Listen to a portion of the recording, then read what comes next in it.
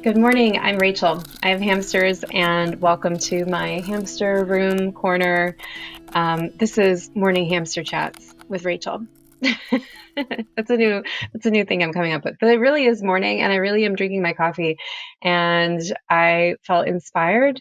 I've been working on setting up a desk in my new hamster space, and this is that desk. And I wanted to have like webcam features so I could work from here amongst my hamsters, have a decent microphone and decent camera. And then I thought, you know what? I haven't really checked in about my hamster life recently. and yeah, I figured it was about time. So, welcome. So, yeah, this is my hamster room, and today I'm going to do this podcast as a video. I always think it's sort of strange when you call something a podcast, but really it's a video. Um, I am very old school in that way because I am not that young, but I grew up loving audiobooks and loving This American Life and like waiting for Saturday or Sunday whenever it was on NPR. Um, there is something like really magical about like just having sound only. And so I didn't really watch YouTube in full transparency. I did not watch YouTube until the pandemic. And then it was like, oh my gosh, look at this whole world of stuff out here. It's so strange and interesting. Um, and I really did not understand that people did podcasts, but then they were videos, and it was still, maybe there's like a better way to call them. But anyway, I figured I would try an episode of my podcast via video format, see how it feels, see how you guys feel about it. And we can call this the end of season two. It's been about a year of season two. So I'll start season three in the fall, and maybe I can put into action some new hopes and dreams for season three. I'm always hoping and dreaming. But if you watch my channel or you listen to this podcast, I'm not really like a video editor. I'm not going to spend tons of time like cutting out stuff that I say or zooming in at a specific moment or putting in little cute sound bites. I mean, I love watching videos where like that stuff is on point, and I'm very impressed by that skill because that is a skill set. But it's just not where my focus is. I really like sound. That's like I'm also on the side. In addition to my career, I study jazz music. I'm studying piano and I sing. I like gig around town, and I go to meet up with other people and play with them. And I just like sounds. I've always been like a sound oriented person, and I'm all for just like a audio only thing. I love thinking about sounds. That's really where my focus usually is. And and then past that, I'm thinking about hamsters. I have 7 hamsters right now. It can be a lot to take care of them all, to make this room look decent. Can be a lot. And so that's really where my time and energy goes, is into getting to know my hamsters, taking care of them. And then if I do something, I really sort of appreciate the sound part of it more than anything. So anyway, would love your feedback. You can see how this episode goes before you judge it. But yeah, I have this whole list of updates. I make like an Apple Notes of what's going on in my hamster life, so that when I do these podcasts, I can refer to it. But this time it's been so long that I'm like, oh my gosh, where where do I begin? It's pretty overwhelming. Well, I'll just tell you a little bit about my hamster room right now. And I've been working on getting this set up. So right now I have a Night Angel Vista right here. This is size large. My Syrian hamster Fluffy lives in here. He's about 2 years old. He's actually sleeping in this little window right here. And I cleaned this a little bit yesterday. I cleaned out his nest. So he added a lot of bedding. I love it when hamsters carry bedding around. I love it. Um, and then over there is Lester. He's my robo hamster. He's probably close to 2 years old as well. That's a Night Angel medium Vista. And I have both of them on IKEA Olav or something tables. This one is the bigger one for the large Vista, and this one is like a smaller one. I got this one new, and that one I got on Facebook Marketplace. I'm all for I'm all for it, Facebook Marketplace. Like at this point, there's some great stuff on Facebook Marketplace. One thing I noticed as I was thinking about this podcast today is it has now been 5 years since I started keeping hamsters, which is crazy, July of 2020. And when I started, there really wasn't as much great hamster stuff, or you really had to hunt to find it. And now I feel like there's this plethora, but you still have to sort through the good stuff and the mediocre stuff or the bad stuff. But but there is a plethora of stuff, and a lot of stuff has been on the market for a while. So at this point, you can get some great things secondhand. So this is what I always say to people, like if they're on a budget or they're getting their first hamster, they don't know where to begin, check out Facebook Marketplace is like a great start, because getting all of that new stuff, getting a new enclosure, there isn't, I don't always have an answer. People ask me this, I'm sure somebody asked me on Instagram what my favorite enclosure was. Oh, I think, yeah, because I had posted, I have a Pearly cage out in the hallway. And they said, oh, is that the one you recommend? And I was like, I mean, it's a great enclosure. I don't know that I would say I like it more, or that I would say it's better or worse than a Vista. There's so many different options out there, and it really depends on it depends on your home, where you're going to have your hamsters, how many hamsters you have. If you have a lot of hamsters, having a solution like this where they're stacked is really nice. And I also, if you have a lot of hamsters, having the front angled opening is key, because otherwise, like, you wouldn't be able to access your hamster. So this is nice because you can have them stacked and then still access your hamster. A lot of people who have a lot of hamsters like the Bukastat stackable cages, and those are quite big. I think the 3.0 is supposed to be pretty large. If you have a single hamster, maybe the Proly, like I have this Proly 48 enclosure that's out in the hallway.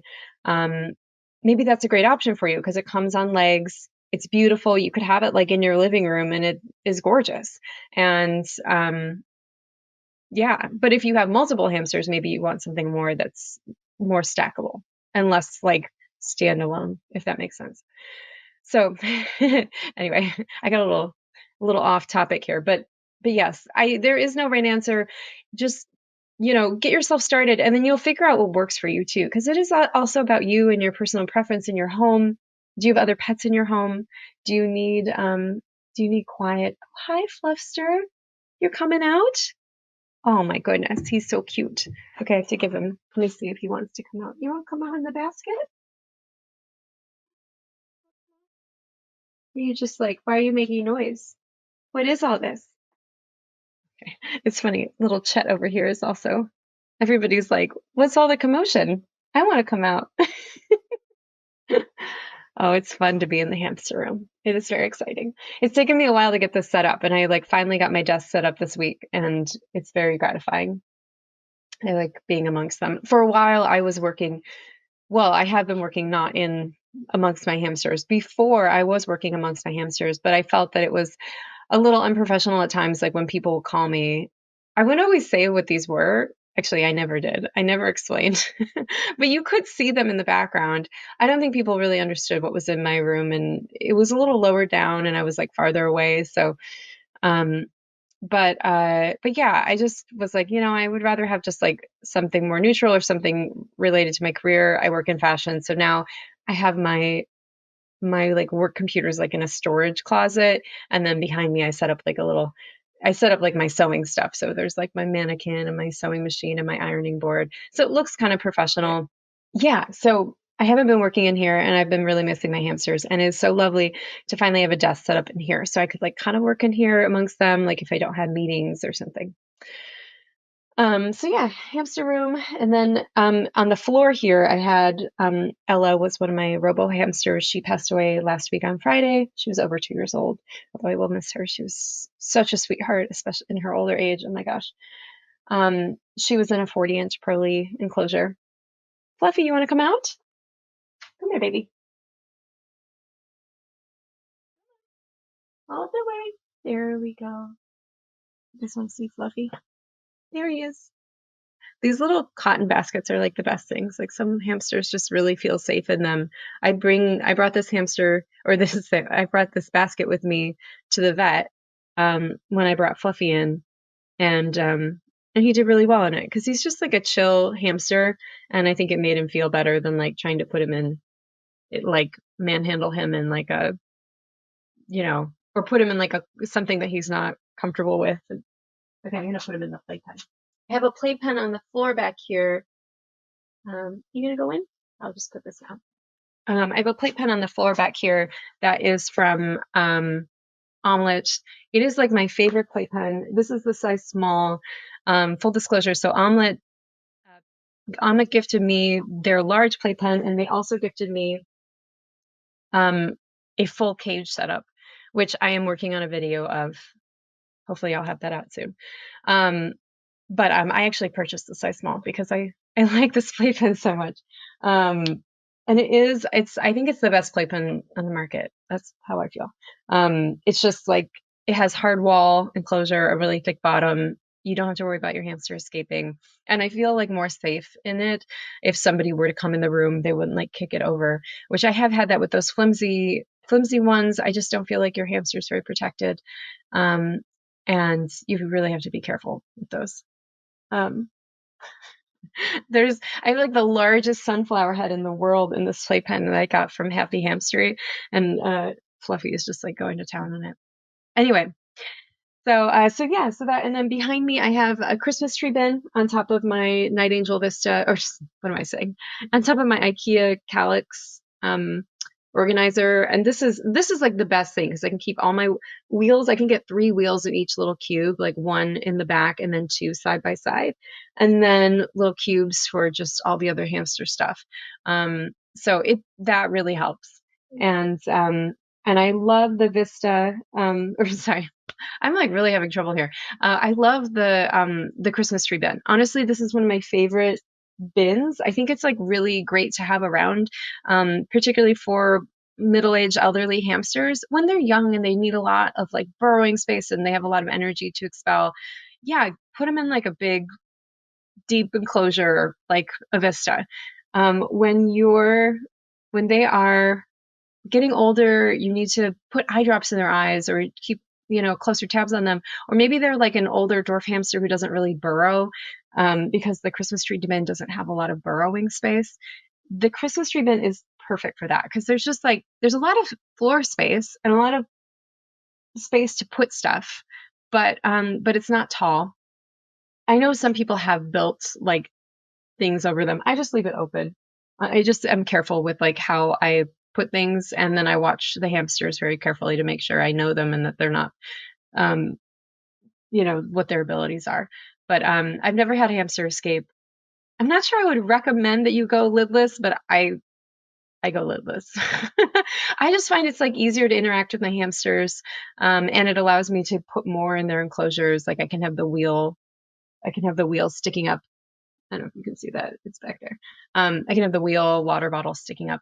The key is that you don't have anything hanging from the edges. Don't ever hang anything from the edges, and just be careful about what you put close to the edge so they can't like climb up it and hop out. So as long as like the platforms and stuff are in the middle, and that's not close enough to the edge, then you should be pretty good. But again, robos, they're really not good climbers, especially an elderly robo. Like this guy is getting close to 2 years old. So he's good in there, and he's very sweet, and it's nice to just walk in the room and he runs around and I can just kind of interact with him more naturally than having to like open the lid, take off it. By the time you do that, it's like they get scared and they run away. Yeah, and then over here to this other side of my desk here, I have the Omelette full cage with the legs and everything. It's a lovely enclosure. I'm working on a video about it. And again, they gifted that to me, but I'm not being sponsored or anything, but they just gifted me the cage. The only other compensation I get is I am an affiliate with them. So when I leave a link to Omelette products that I recommend, um, if you purchase, then I get a small commission from that. But yeah, I only recommend stuff that I like. Um, that's actually the nice thing. For the most part, I'm only an affiliate with Amazon and Omelette. And I like that because, I mean, I really like being an affiliate of Amazon because it doesn't mean that I have to like support one brand. I can just say, I like this one product and I like this other product. And there are some brands that I can just like say everything here is lovely. Like I feel that way about Night Angel. I don't think you can buy something from Night Angel that I wouldn't recommend. Like everything they make is very well thought out and very high quality. I've never gotten anything from them that I felt like, well, I don't know about this, you know. Whereas I think there are some other brands out there where like they make some really lovely things and then they also make some other stuff that I'm like, is this a little questionable? Um, so yeah, full disclosure. Yeah, I get a tiny commission, but yes, I do use that commission to pay for medical care and all that stuff for my hamsters. So I can take in more little rescue hamsters, which makes me very happy. Um, yeah, so that's him, and then kind of against this way, I have this old little cozy wow enclosure. It's like about 400 square inches, and I use it as a playpen, as like a set. So right now I have it set up for camp. I haven't really taken many photos or videos of it yet. I just got it set up yesterday. But I have this really cute little treehouse thing that says Dexter's Treehouse, and um, that I got from In a Dove. And I've got a little picnic table and little chairs and a little like campfire. Yeah, so I'll have to take photos and share that with you guys soon. And then out in the hallway, I have 3 more hamsters. It's getting crazy. Actually, recently I was like, you know, maybe I should keep my numbers to as many as I can keep in here. 1, 2, 3, 4, 5. But right now I have I have 7, but this one down here is empty because Ella recently passed away. So I will move one of them into this enclosure. But I have 2 guys in bin cages out in the hallway, and then also the 48-inch Crowley cage out in the hallway. So that is my space. And yeah, it is in the basement, but we do have windows. The window in front of me is a full escape window, so they do have natural light. And then I have some twinkle lights that come on. I have them on timers, so they come on during the day and they stay on until about midnight. And the purpose of that is so that I can come in this room. I never have to turn on full lighting. It can always be soft lighting.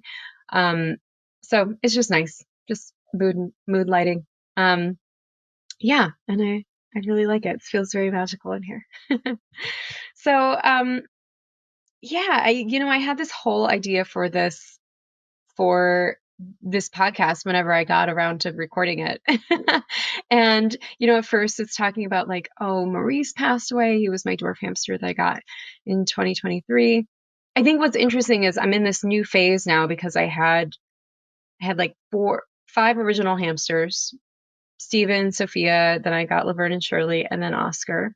And they all passed away in 2022. And then Oscar lived until February of 2023, I think. And then I got kind of a new batch of hamsters. My first hamsters in the Midwest. So I got Maurice and I got Thor and I got Peggy and Ella and Lester and Dexter. Really funny, they have similar names. My naming convention, if you don't know it. So if I get a hamster that's older and already has a name, then I just keep it. Like Fluffy had a name. He's already 2 years old. I'm not gonna change his name. But new hamsters that didn't have names, or younger, I don't know. I named them after jazz musicians. So Lester Gordon is a saxophonist. Dexter Gordon is a saxophonist. Lester, oh my gosh, what's wrong with me? Lester Young is another saxophonist. So they're both saxophonists. And then Peggy and Ella, like Peggy Lee and Ella Fitzgerald. So that's, if you're like, why does she have such strange names for her hamsters? That's what it is. And that's why I have a hamster named Lester and also one named Fluffy. So Fluffy, I just decided, you've been Fluffy for your whole life. I can't change you now. But yeah, so I lost a lot of these hamsters. I lost Maurice, I lost Dexter, I lost Peggy and Ella. They all had varying different medical conditions, and I do like to talk about that on my channel just to sort of be transparent about what it's like to take care of an older hamster and, like what you're like I feel like every hamster, it's like a new thing that I go through. Like sometimes I'm like, oh, I've kind of experienced this thing before. I think I know what this is, but it's it's always a learning journey, I would say. Like Ella, who recently passed away, she had a UTI. I didn't know that she had a UTI, but I was finding blood in her bedding. I thought, oh, this is horrible. I brought her to the doctor. We put her on antibiotics and she got better. And so she lived for a few more weeks. And actually, she had been like over grooming her belly and her legs. I think because she was uncomfortable from the UTI. And it makes me feel very sad that she was so uncomfortable that she was doing that. And I just assumed she was getting older, and that's why she had hair loss. And then it turns out she just was uncomfortable. And once we had treated the UTI, she was better. And again, the problem with that is I don't always clean out my hamster nests. So I didn't see the blood in her bedding until I actually went to go bring her in for nail trim. And I was like looking for her because I had recently kind of cleaned her cage. So I didn't really think to look in her nest. So maybe another good reminder to sort of check out the nest, even if you don't clean it, just poke around, make sure that they're healthy, especially in those older years, especially when you notice a change in their behavior. I noticed that with Lester lately. I hadn't been seeing him as much, and I finally got him out last night, and he's got a lump on his belly, poor guy. Um so I need to bring him in on Monday. I'll make him an appointment. But yeah, so it's been sort of just a journey. And also, now I have Fluffy, who's my first Syrian hamster, and I'm learning about Syrians. They're so different. I think oh my gosh, you guys have to see him. Are you ready to go home? Come here. You look like a little lion. Come here. Come on, baby. No, no, right here. Can you climb it?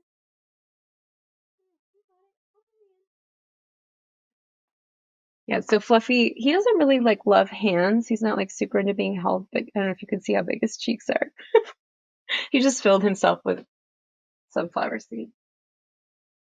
But yeah, they're just like so much slower, and they're such interesting little hamsters. They're very different than dwarf hamsters. But I think the one thing that is tough about Syrians, it's a lot of cleaning. I think it takes a bit more effort than a dwarf hamster because they're just bigger. So something I have to keep in mind if I'm going to have this many hamsters and have a Syrian, or now that I know people who have lots of Syrians, it seems like a lot of work. I don't know how you guys do it. but But yeah. Oh, and Lemonade. I'm sorry, I didn't mention Lemonade, but I also lost her this year. Um, I was going to purchase another enclosure actually. Um, I wanted to like round out my wall of cages here, and I was going to try the Exotic Nutrition Sahara cage, which it looks like a great enclosure and it's very reasonable priced. So if you're looking for a good enclosure, I think give it a try. I was checking out Exotic Nutrition. I haven't checked them out in a while. I used to shop there in the beginning when like there weren't a lot of hamster products, and then I hadn't been back in a while. I was just poking around, and they have a nice looking hamster enclosure. It's like 40 inches. I think it was like $130 or something. It was not bad. And yeah, it looked nice. I was gonna give it a try, and then I ended up being gifted cages from Omelette and also Proly, so then I didn't buy it. But if anyone buys it, please tell me what you think. Yeah, so TBD on that. Oh, other updates. The hamster forum, it went away. Um, and then now it's back. So if you're looking for a great place to connect with other hamster people, to learn things, it's a nice like safe space because it is, you have to create an account. It's anonymous, but like you get to interact with other hamster owners and just sort of like ask questions. Or I think there's like usually photo contest of the week and stuff like that. There's product reviews there. It's a very like wholesome space, and I love it. And I think it was like a really important space. Well, this iteration of it is new, but it like hamster forums in general, anyone who's been around in the hamster community for a bit knows that they are kind of important places that a lot of us learned about hamster care from. And so I definitely want to support the hamster forum. And and yeah, if you're interested in hamsters, I highly recommend checking it out. It's just really lovely. Um, yeah, so other things going on. So I did lose quite a few hamsters in the past couple months. Yeah, Maurice, Lemonade. Dexter, Peggy, Ella, 5 hamsters. That's a lot. They were all about 2 years old, over 2 years old. So, you know, they lived good hamster lives, but it's been busy. And I got some new guys in my life. I was going to I wanted to adopt a dwarf hamster from Happy Horizon Hamster Haven after Lemonade passed away. So I adopted Junebug, who's out in the hallway. She's this very sweet winter white. She looks like a purebred winter white. I don't know what she is, but she looks so different than the other hamsters that I've had. Her coat, it's like shiny and short, whereas like my other dwarf hamsters, it's like longer and thick and fluffy. She's just very beautiful and very sweet. She doesn't really seem to like coming out much. Maybe that'll change. It seems to stress her out a lot, but she's really sweet. If you put your hand in her cage, she'll like come up and greet you with her little paws, and, like look in your hands, like, do you have food for me? So I got her, and then I also decided, since I was meeting up with Happy Horizon, and they're quite a few hours from me, so it was kind of like a planned trip that we were going to meet in the middle. Um, uh, I decided to adopt another I was like, I just lost 5 hamsters. I have the space for more. Why don't I take in another? And she had these two robo hamsters who had twice been canceled on, like they were supposed to get adopted. They got canceled. And so I decided to take them in. Their names are Bert and Ernie. They were living together, and then they had a falling out. And I actually wonder if it was being in the small travel bin together. I didn't see them fighting in the little travel carrier, but maybe they were just in it too long. I don't know. I feel really sad. They had lived together for a year and a half. They slept together, they ate together, they groomed each other, they ran on the wheels together. I mean, those are the signs of a bonded pair. Um, and when they got to my house, I put them in a bin cage, and they just chased each other and fought and screamed.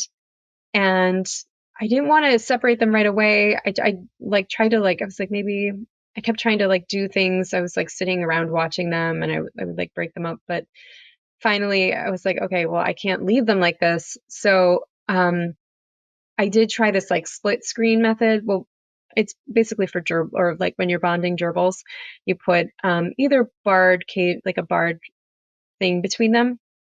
So I tried this, and basically what you do is you let them interact like through the bars. So they can't really do anything to each other, but allows them to sniff each other, to get like, to calmly get used to each other's smells. And it was not successful. Ernie would so Ernie is like very sweet and calm, and Bert is like very anxious, high energy. They both have, because of course they're brothers, they both have kind of like a tick where they sort of spin as they get anxious, and Bert is much worse. Um, and Ernie kept trying to groom Bert through the bars, and Bert would sit there for a second and like let it happen, and then he'd get mad and he'd scream and run away. I was like, oh, Bert, no. So anyway, so now Bert and Ernie live separately. Ernie lives in this Christmas tree back here. Bert lives in a 200 quart bin in the hallway, and he's going to move to this Pro-Lee cage when I have it ready for him. Um, yeah, and I know cohabitating hamsters, again, controversial subject. These guys lived together their whole lives. They were clearly bonded before. As I said, they slept together, they ate together, they groomed each other. These are signs that they're together, that they are bonded. Hamsters who are not bonded, they chase each other, they scream at each other. Um, they don't sleep together, they don't eat together. I think I did talk to Snow White's rescue cottage about this, because of course a rescue often has to keep hamsters together, especially Snow White, because she takes in just so many hamsters. And one thing that she has found is that um, male dwarf hamsters tend to work better together, female robos. But she tries to keep them together when she can, just for practicalities. And the way she deals with it is just tons of food, like plenty of everything. Um, and then just constantly checking on them to see how things are getting on. But she did say that a lot of her hamsters seem to live a really long time. Like she said, some of them even 3 years. And I think for me, it just kind of opens up a question that is like maybe dwarf hamsters. And when I say dwarf, I really just mean Campbell's and Campbell's leaning hamsters and robos. Maybe they could benefit from socialization if we knew how to do it properly. Um, I do wonder.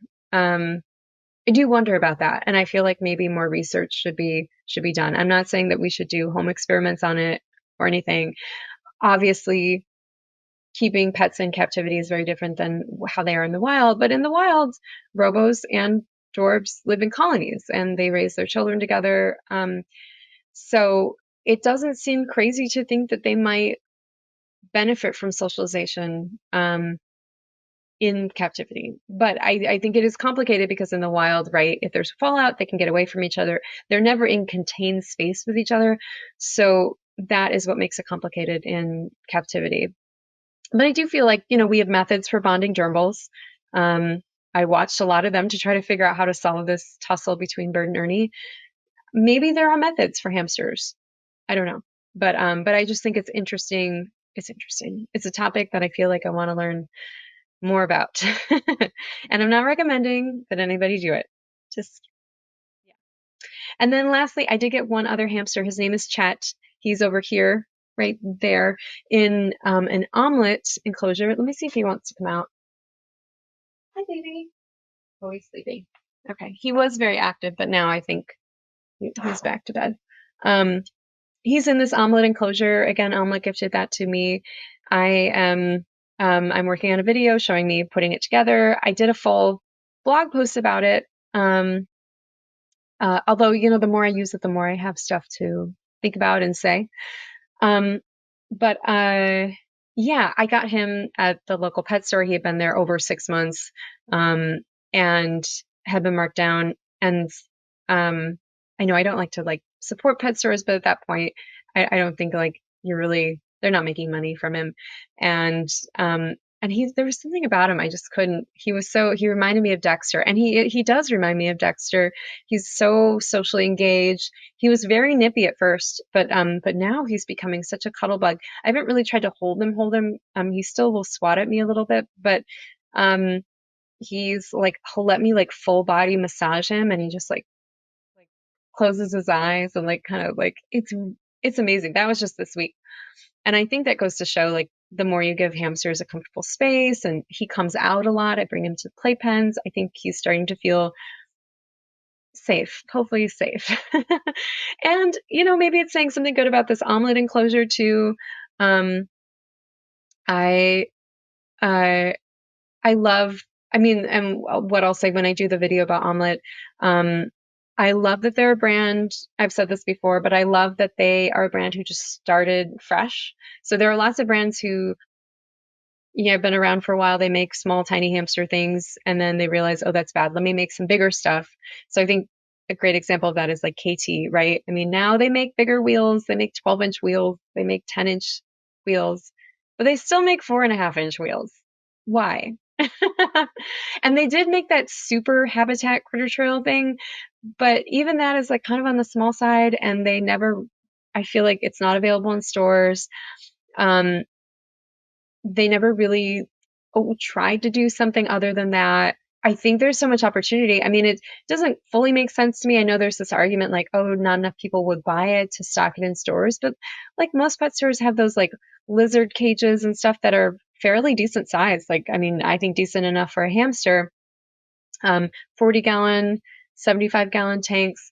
I don't see why.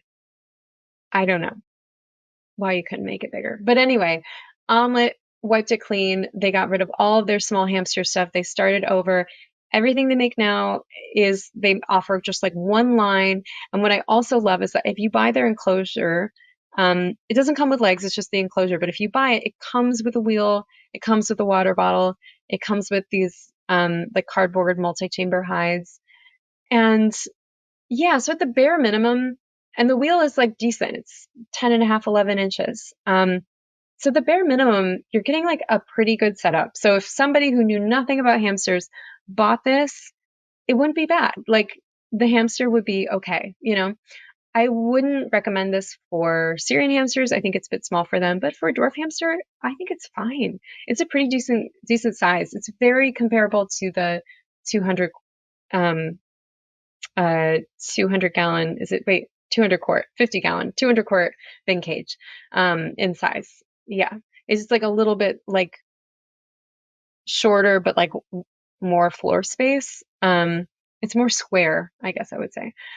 But yeah, I mean, and it's been great with Chat. I mean, I actually kind of like that it's open. I can walk in the room and he's like looking for me. I can feed him. When he was very aggressive, I would feed him seeds through the bars of the cage, like pumpkin seeds, and that was a great way for us to kind of like work through some of that aggression. Yeah, so I'm happy. I'm happy with it. Um, yeah. Oh, and I should share. Okay, so then I also got this free Proly cage, which I will also do a video about. But if you watch my Instagram or I've had it on, I put like a short video on YouTube. And I need to post things on my website too about that. It's just been such a busy summer. Other things that I've gotten, again, I got these things for free. I'm not being paid otherwise. This Grubmaster black fly larva. This is an enormous bag. You can get these on Amazon. It is marketed for chicken, but it's like perfectly healthy for hamsters. Black fly larva is actually what's in Missouri lab blocks if you read the ingredients, and also in critical care omnivore. That's the protein. So it's a healthy protein for hamsters. It's a great, it's not a cheap item to buy, but you have a huge bag of it. It will last you a while. The one thing you have to be careful of, it's high in calcium, so you just don't want to give tons of it to your hamsters because that can, cause maybe like kidney stones or something. But yeah, as a treat, a couple at a time, it's great. And right, I noticed that older hamsters seem to not like mealworms as much, and I wonder if it's maybe that they know that it's higher in calcium and they just don't, or they just have lower protein needs or something. But Chat, my little young dwarf hamster, he's like all about the black fly larva. He's like, give me more. So it's been very fun to see him gobble them up very excitedly. And then let's see here, the other thing I got is this beautiful box from Mooney Paw. Mooney Paw is a small shop out of England, although she does worldwide shipping, and she has really beautiful stuff. I've been seeing people post. She sent me this box for free, but otherwise I'm not an affiliate or anything. And I have to say it's really nice. Like ever since Wonder Hamster closed, I've been really sad because I got a lot of my like sprays and stuff from Wonder Hamster, and I feel like this is my new Wonder Hamster shop. Look at these sprays, so gorgeous, like really nice, and I'm like so impressed how well they survived the trip from England. It's a flour mix, and this is another. Oh, this is a buckwheat chew. I haven't tried these yet. I was actually planning on using these with Bert's. Oh, sorry, Bert's enclosure. When I get it set up. And look at these flowers. Aren't these beautiful? They're like so big too, the size of my head. I'm excited about these. I have this little mix of like grasses and flowers and loose status flower or status, what is it called? Status flower. Yeah. Um, coconut flakes. They made this really cute. I don't know if you can see through the packaging, but it's like a little bag of chews and like paper chews and different things. It's really pretty. And got a nice sunflower head, a little flower cork, sunroot chews, oak stalks. And she gave me tons of little stickers that are so cute. And this guy. Yeah, so a very sweet box. I'm going to use it for Bert. So hopefully I'll have a video about that soon. But I am excited, and thank you, Mooney Paw. So I will put links down to her website down below or wherever I post this, and on my website at some point when I'm organized enough to do a post. But but yeah, she has a website, worldwide shipping, and really lovely products. I'm very impressed. And I'm always like, you know, I feel like it's just we're all kind of a hamster community, and so I try to support. Try to support the people in it, right? Yeah. So I think that's all the new goodies that I got recently. And then, um, do I have anything else? Let's see here. I did have some questions. I feel like this podcast has gone on pretty long though. Um, let's see here. Somebody emailed me. Oh yes, Dylan emailed me about his robo hamster peanut hiding and not coming out until 9 p.m. And he was upset because he needs to go to bed. And what to do, how to tame that. He said that the hamster used to be tame and then maybe he tried too hard. I did email him back. Actually, why well, I emailed his mom, shared the email. It was very sweet. It was a very sweet email. But with robo hamsters, I really think you have to I mean, I guess this is true for any hamster, but I do think robos can be a little more reserved. It can take longer, but if you give them space and you just slowly work with them, like having a playpen that is set up and always the same so they can come to it, they get used to the smells, and just try to get them out like a minute, 2 minutes, just like get them out, let them run around. They might be anxious, put them back, and then do it the next night, and then start doing it more and more until it starts to become more relaxed for them, where you start to notice that they're actually eating in the playpen or that they're grooming themselves and that they're not just running around looking for you to bring them home. um, and I found that I made a lot of progress like taming my hamsters. I really like to call it like bonding with my hamsters by getting them out in the playpen, getting them out of their enclosure. I think we all learn from a healthy dose of adversity, right?